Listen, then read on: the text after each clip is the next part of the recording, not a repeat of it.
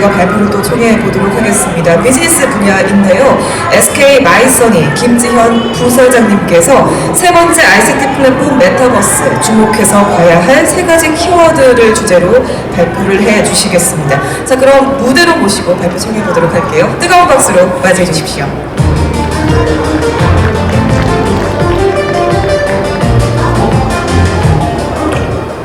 네, 반갑습니다. 지금 소개받은 김지현이라고 합니다. 메타버스 관련된 최근 키노트나 발표를 할 때 가장 어려운 점이 메타버스가 뭔지를 정의하고 알려주는 거거든요. 그런데 이 행사장은 그런 면에서 좀 편안한 것 같아요. 그냥 나가서 체험을 해보면 되니까.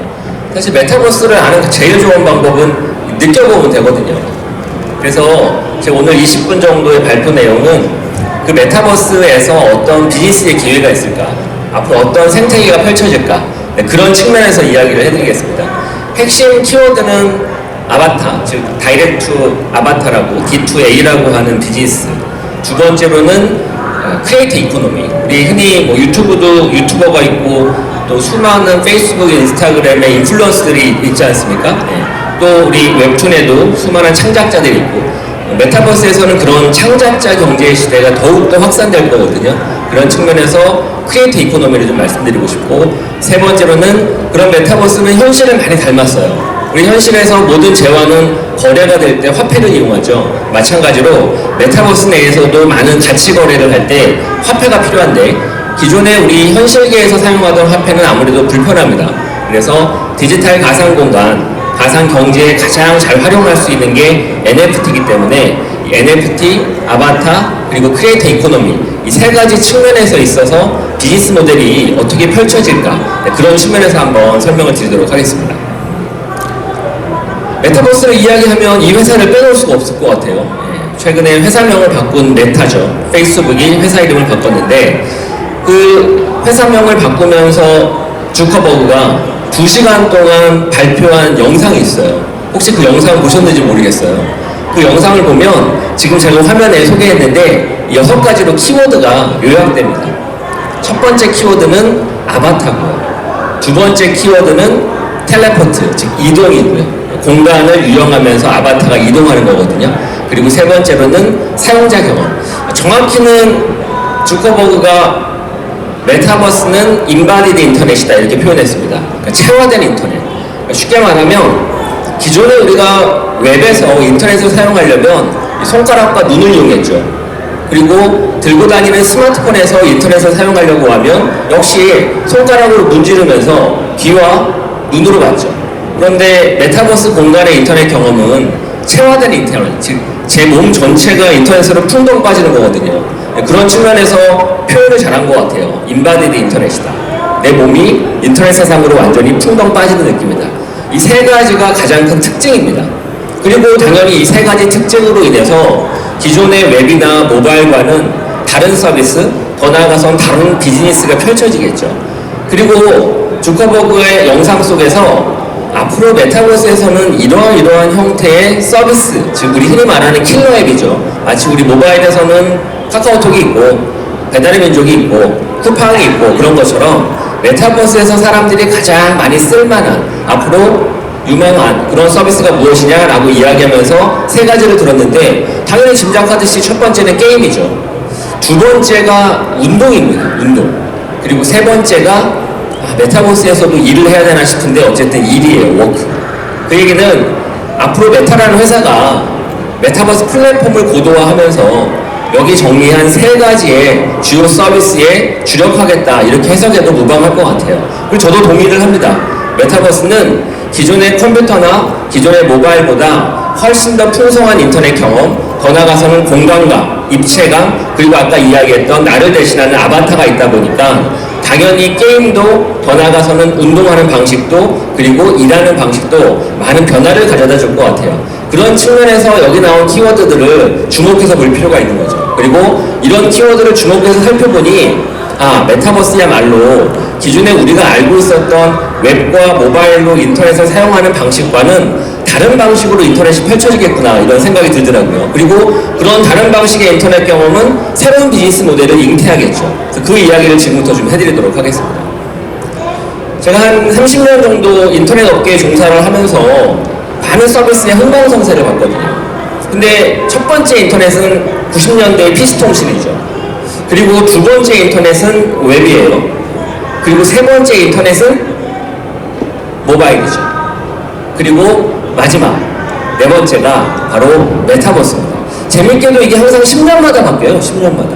그래서 본격적인 1세대 인터넷은 사실 PC통신은 그냥 뒤로 하고 웹이라고 볼 수가 있으니까 1세대 인터넷 웹은 컴퓨터를 이용해서 노트북을 이용해서 연결했었죠. 초고속 인터넷망이 필요했고 거기에 서버 클라이언트 방식으로 수많은 인터넷 회사들이 홈페이지를 만들어서 로컬에 있는 디바이스와 연결이 되어서 서비스가 제공되었습니다. 그러면서 주목받았던 킬러앱은 콘텐츠, 뉴스를 보거나 만화를 보거나 이런 콘텐츠, 두 번째는 커머스, 뭐 지마켓 11번가 이런 인터넷 유통업체들이죠. 쇼핑몰. 그리고 세 번째로는 커뮤니티입니다. 카페, 블로그 이런 서비스들. 이런 서비스가 웹이 등장을 하면서 크게 주목을 받았죠. 한마디로 웹이라고 하는 인터넷 생태계가 만들어지면서 콘텐츠와 커머스와 커뮤니티 이 영역에 커다란 변화가 생긴 겁니다. 그리고 2010년대 아이폰 이후에 갤럭시가 나오면서 모바일 세상이 본격적으로 펼쳐졌죠. 기존의 웹과 다른 점은 컴퓨터가 아닌 들고 다니는 컴퓨터인 스마트폰을 이용했죠. 비록 작은 화면이지만 GPS로 달려있고 기존의 컴퓨터에는 기본적으로 장착되지 않은 수많은 센서가 들어가 있다 보니까 기존과는 다른 방식으로 인터넷을 사용할 수 있게 됐죠. 자유롭고 편하게 무선이다 보니까. 그리고 그런 모바일에 필요한 건 초고속 인터넷망이 아니라 4G LTE나 5G와 같은 무선망이죠. 와이파이처럼. 그리고 그 안에서 동작되는 인터넷 서비스는 웹에서 하던 걸 그대로 할 수 있습니다. 모바일 웹을 통해서 네이버 검색도 다 되고 다음 웹툰도 볼 수 있고 쇼핑몰도 그대로 있고. 그런데 기존의 웹에서는 잘 사용하지 않던 서비스를 보다 폭발적으로 사용하게 됐죠. 그게 SNS고 더 나아가서는 메신저고 그리고 틱톡이나 인스타그램처럼 새로운 소통 방식들이 널리 쓰이게 된 겁니다. 그리고 배달의 민족이나 카카오티나 티맵이나 이런 내비게이션 서비스, 모빌리티 서비스는 기존 웹으로는 쓸 수가 없는 거거든요. 정리를 하면 모바일로 인해서 기존에 원래 쓰던 웹의 서비스가 비즈니스죠. 그게 고스란히 확장되어서 이어지기도 하고 기존 웹에서는 전혀 관심을 못 받던 새로운 형태의 서비스와 비즈니스가 기회를 얻게 된 거죠. 그게 두 번째 인터넷이죠. 그리고 이제 세 번째 인터넷이 펼쳐진다고 저는 생각하고 있습니다. 바로 메타버스. 컴퓨터에서 스마트폰으로 바뀐 것처럼 새로운 디바이스가 필요하죠. 물론 메타버스 XR 서비스는 컴퓨터나 스마트폰에서 즐길 수는 있어요. 그런데 제대로 된 맛을 느낄 수가 없죠. 제대로 된 맛을 느끼려면 XR 기기가 필요하죠. 새로운 하드웨어가 필요하고 당연히 새로운 네트워크가 필요하죠. 지금이야 반쪽짜리로 어쩔 수 없이 VR 디바이스를 와이파이 연결해서 쓰고 있는데 그건 제한적일 수밖에 없어요. 보다 빠른 끊김없는 연속적인 네트워크를 제공하는 5G 같은 게 필요한 거죠. 그런 것들이 준비가 된다고 하면 당연히 기존 웹과 모바일에서 쓰던 서비스가 고스란히 이어지기도 하고 확장되기도 하겠지만 더 중요한 건 기존에 하지 않았던 모바일처럼 그런 서비스가 부각이 될 거라는 거죠. 그 서비스가 무엇이냐에 대해서 오늘 말씀드리려고 하는 겁니다. 역시 주커버그의 영상을 좀 참고할 필요가 있어요. 이 영상을 보면 주커버그가 메타버스 공간 속으로 로그인을 합니다. 우리가 일반적으로 스마트폰이나 웹에서 로그인을 할 때는 아이디나 전화번호를 이용하는데 메타버스는 이렇게 아바타를 선택을 해요. 아바타가 나의 분신이거든요. 그리고 그 아바타의 시각에서 그 아바타의 앵글로 세상을 바라보죠. 공간을. 그러다 보니 아바타가 나를 대신에 인터넷에 퉁덩 빠지게 만들어주는 거죠. 친구들이 이미 모여있네요. 친구들과 대화를 나누고 공간을 이용을 하죠. 그러다가 전화가 옵니다. 메타버스 공간 속으로 누가 오프라인 현실계에 있는 친구가 스마트폰으로 전화를 합니다. 잠시 기다리시면 그러니까 메타버스와 기존에 있던 모바일이나 웹은 연결되어 있는 거예요. 메타버스 공간 속에서 이렇게 친구와 연결을 해서 현실계 속에 그 친구가 길거리를 돌아다니다가 멋진 작품을 발견했나봐요. 길거리 벽화. 그 벽화를 스마트폰을 딱 열고서 AR로 보니까 지금 화면에 보여지는 것처럼 디지털 아트가 기존의 벽화와 함께 연동되어서 보여지는 거죠. 주커버가 너무 궁금해서 여기 있는 친구들하고 메타버스 공간 속에서 보기 위해서 보내달라고 하니까 그 아트가 작품이 그대로 메타버스 공간 속으로 들어오게 됩니다. 그리고 모여가지고 그 아트를 입체적으로 공간감을 가지고 체험을 하게 되죠. 오프라인과 온라인이 연결되어 있고 메타버스와 모바일 웹이 연결되어 있죠. 그리고 기존에는 경험하지 못했던 새로운 체험을 하게 됩니다. 작품을 즐기는 방법이 좀 달라지는 거죠. 중요한 건 메타버스 공간은 아바타가 있다는 거예요. 첫 번째로 아바타가 있게 되면 그 아바타를 꾸미기 위한 다양한 소품들이 필요합니다. 우리 현실에 있는 저만 해도 그렇지 않습니까? 여기서 어쨌든 정장을 입어야 되고 구두를 신어야 되고 시계를 차고 이런 액세서리들, 옷 이런 것들이 고스란히 메타버스 공간 속에도 적용되는 거죠. 나의 분신이기 때문에 메타버스에 나를 대신하기 때문에 그런 기기들이 꼭 필요합니다. 그런 소품들, 액세서들을 만들기 위해선 당연히 저작 툴이 필요하겠죠. 그리고 아까 보여드린 것처럼 공간을 채우는 수많은 인테리어와 아트 작품들, 그것들도 다 저작 툴을 기반으로 만들어져야 되거든요. 이 공간만 해도 얼마나 많은 인테리어 그리고 또 소품들이 있고 가구들이 있습니까? 여러분 다 앉아있는 의자가 있고 책상이 있고 마찬가지로 메타버스도 그래야 되거든요. 그거 하나하나가 다 메타버스 공간 속에 필요로 하는 오브젝트들이죠. 디지털 굿즈고 디지털 오브젝트고 그런 것들이 메타버스에서는 중요한 요소다 보니 그런 것들을 잘 만들 수 있도록 해주는 저작 툴도 앞으로 중요해질 겁니다. 그런 저작 툴이 다양한데 그런 저작 툴을 만드는 기업들도 많고 그런 저작 툴을 제공하는 솔루션도 많고 그런 저작 툴이 운영되기 위해서 기반이 되는 인프라도 많은데 그런 메타버스 향 저작 툴을 만들려고 하는 기업 중에 가장 눈부신 성과를 보이고 있는 게 엔비디아죠. 원래 엔비디아는 AI 칩셋을 만들던 회사인데 갑자기 옴니버스라고 하는 메타버스 플랫폼을 만들었어요. 그래서 화면에 보여지는 것처럼 메타버스의 CEO가 자기 온몸을 3D 스캐너로 카메라로 스캔을 해서 그걸 메타버스 공간 속으로 옮겨옵니다. 기존에 일반적으로 우리가 알고 있었던 메타버스의 아바타와 다른 점은 실사예요. 진짜 나를 그대로 재현한 거죠. 만화 같은 모습이 아니라.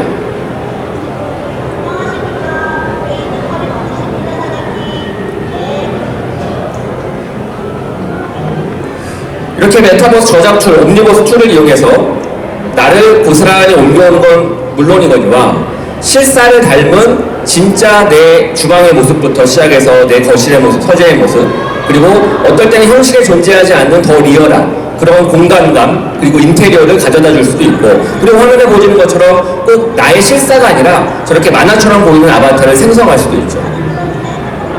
정리를 하면 메타버스 공간을 채우는 수많은 인테리어와 그리고 지금 제가 말씀드렸던 아바타를 만드는 수많은 기술들이 계속 고도화되고 있다. 계속. 지금보다 내년보다 내후년이 더욱더 진짜 같아질 거고 더 다양해질 거라는 거죠. 그렇게 더 진짜 같고 다양해지게 되면 그런 저작 툴을 활용을 해서 뭔가 만들려고 하는 사람들이 늘어나겠죠. 웹이 등장하면 홈페이지가 되게 많아졌잖아요. 인터넷 기업만 홈페이지를 갖고 있는 거 아니죠. 모든 전통 기업들이 다 홈페이지를 가지고 있고 심지어 개인 홈페이지도 있잖아요. 그것처럼 메타버스 공간도 결국 내 아바타를 꾸미고 그 아바타가 돌아다니는 공간 속에 있는 수많은 오브젝트를 만들기 위한 왜 저작 툴이 이렇게 좋아지고 있으니 그걸 만들기 위한 시장이 형성될 거라는 거죠. 그게 바로 제가 생각하는 크리에이터 이코노미입니다. 창작자 경제 시대.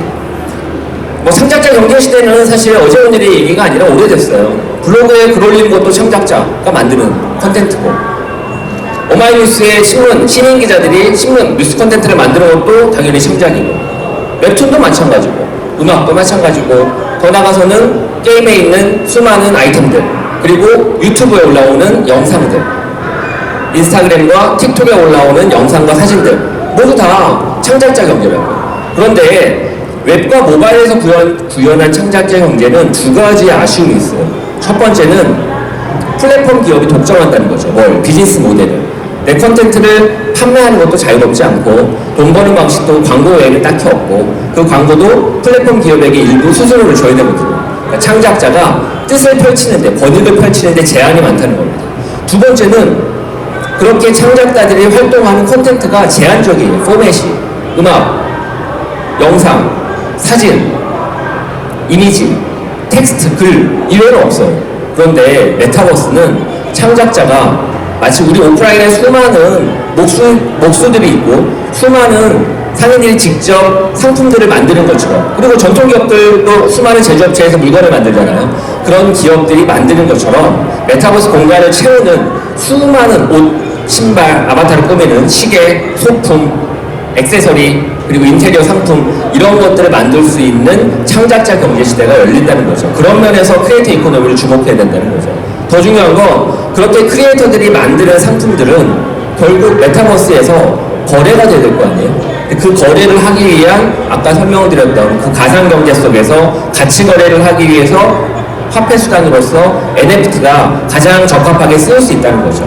자, 예를 들면 화면에 보여지는 건 앞서 인게이지 오아시스 CEO가 발표했던 인게이지라고 하는 메타버스 서비스를 소개했던 거와 약간 유사한 개념인데 빅스크린이라는 앱이에요. 제가 오큘러스 퀘스트 2에서 즐겨 사용하는 앱이거든요.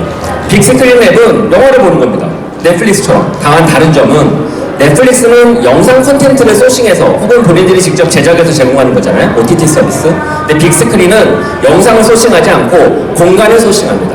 공간의 다양한 경험을 극장처럼 만들기도 하고 이렇게 내 거실을 아주 멋들어진 영화관으로 만들어주기도 하고 혹은 영화관 바깥에 있는 공간을 사람들이 얻어 다니면서 거기서 잠깐 휴식도 취하고 소셜 커뮤니티, 대화도 나누고 이렇게 할 수 있도록 제공하기도 하고 심지어 이렇게 자동차 극장부터 시작해서 멋진 별빛을 보면서 영화를 볼 수 있는 야외 영화관을 만들어주기도 합니다. 정리를 하면 빅스크린이라는 앱은 영화를 보는 경험을 바꾸는 거죠.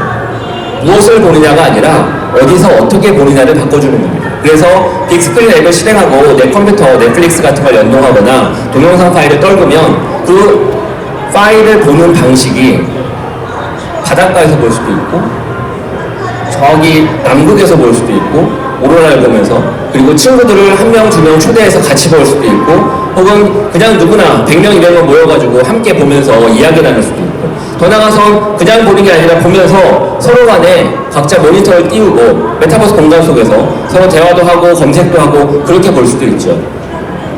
바로 이런 공간을 꾸미는 데 있어서 수많은 공간에 들어가는 오브젝트들이 필요하다는 거죠. 그 오브젝트들이 다 크리에이터 이코노미 시대에 수많은 창작자들이 만들어낼 수 있는 작품들이고 아까 이야기했던 아트 작품이 아니라 실제 실용적으로 쓸 수 있는 그런 아트 작품 이외의 이런 작품들, 오브젝트들이 결국 거래하는 데 있어서 그런 상품들을 쓸 수 있는 데 있어서 NFT라고 하는 화폐 개념이 중요하게 대두될 거라는 거죠. 마지막 소개하는 영상인데요. 아까 잠깐 이야기한 메타라는 회사에서 2시간 정도 메타의 비전을 소개하면서 나왔던 영상 중에 일부입니다. 일본에 있는 한 여성이 미국에 있는 친구한테 전화를 받아요. 네, 미국에 있는 이 친구는 오프라인 콘서트, 현실 속에 있는 콘서트에서 막 콘서트를 보면서 놀고 있는데 야 너도 와라 이거죠. 일본에 있는 친구한테 너도 와서 같이 보자. 어떻게 가죠? 네, 메타버스로 즐기면 돼요. 자 그래서 아직 나오진 않았지만 메타라는 회사가 앞으로 만든 AR 안경을 딱 끼니 바로 그 공간으로 로그인할 수가 있습니다. 내 아바타를 가지고. 그래서 실제 현실계 속에 있는 내 친구가 나를 볼 수가 있죠. 가상으로. 나도 그 공간, 현실계 공간에 가서 그 공간을 느껴볼 수가 있고. 그래서 온라인과 오프라인이 하이브리드가 된 거죠. 그 두 친구가 이렇게 만나서 막 음악을 듣다 보니까 뒤풀이 이 공연 끝난 다음에 뒤풀이 파티가 있다는 걸 알아요. 그래서 뒤풀이 파티 버튼을 딱 누르고 알람 설정을 합니다. 콘서트가 다 끝나고 집에 들어와서 그 뒤풀이 파티 알람 앱이 바로 알려주죠. 지금 들어오라고. 어디로? VR 공간으로. 자, 그래서 아까는 AR 공간이었는데 이제는 VR로 들어갑니다. VR 공간에 들어가서 그 뒤풀이 파티를 즐기는 겁니다. 뒤풀이 파티를 갔더니 자선 경매도 하고 있고 또 앨범을 메타버스 속에서 구매도 할 수 있고 또 그 가수가 만든 디지털 굿즈, 굿즈 상품 같은 것들도 쭉 살펴보다가 내가 입어볼 수도 있고 모자도 써볼 수 있고 하죠. 이런 것들을 거래할 때 쓰는 게 바로 NFT라는 거죠. 이런 걸 거래할 때. 왜 그냥 일반 화폐보다 NFT가 편하냐? NFT를 이용하게 되면 이런 거래 내역을 투명하게 확인하실 뿐만 아니라 꼭 A 메타버스 공간이 아닌 B 메타버스, C 메타버스 다른 쪽에서도 재활용할 수 있는 표준화 플랫폼 구성이 쉽거든요. 기술적으로. 더 나아가선 창작자가 나는 이걸 10개의 복제만 허용할 거야. 20개, 30개 늘리지 않을 거야. 딱 10명만 사용하게 할 거야. 이렇게 설정할 수도 있죠. 스마트 컨트랙트를 통해서. 물론 유일무이한 원본 하나만 설정할 수도 있고요. 더 나아가서는 이거는 월을 할 수 있지만 일주일이 되면 자동 소각돼. 이런 기능들을 상품에다가 NFT 화폐와 함께 넣을 수가 있기 때문에 기존의 일반 화폐로 할 수 없었던 걸 할 수가 있다는 겁니다. 이런 측면에서 NFT와 크리에이터 이코노미와 메타버스는 서로 연결되어 있다는 겁니다. 그리고 그렇게 연결된 구조 속에서 기존에 우리가 체험했던 웹이나 모바일과 메타버스가 가장 크게 다른 점은 바로 아바타와 공간이 있어서 기존과는 다른 입체적인 서비스를 즐길 수 있고, 그러다 보니 기존에는 전혀 관심도 안 가졌던 아바타를 꾸미고 공간을 꾸미는 그런 오브젝트, 그런 걸 제작하고 거래하는 크리에이터 이코노미가 부각될 거라는 거죠. 그래서 마무리하면 메타버스는 보는 시각에 따라서 다양한 비즈니스의 기회가 있어요. 그리고 제 발표 이후에도 여러 연사분들이 각 전문 영역별로 메타버스의 비즈니스 모델을 소개하는 걸 알고 있는데, 제가 소개하는 꼭지는 기존에 없었던 새로운 꼭지, 더 나아가서는 가장 앞으로 일반 대중이 가장 관심 있게 참여할 수 있는 그런 플랫폼으로서 크리에이터 이코노미가 부각되지 않을까, 이런 이야기를 들었습니다. 네, 감사합니다. 네, 고맙습니다. 이렇게 해서 크리에이터 이코노미가 부각이 될 것이다 라고 마지막으로도 말씀을 해주셨습니다.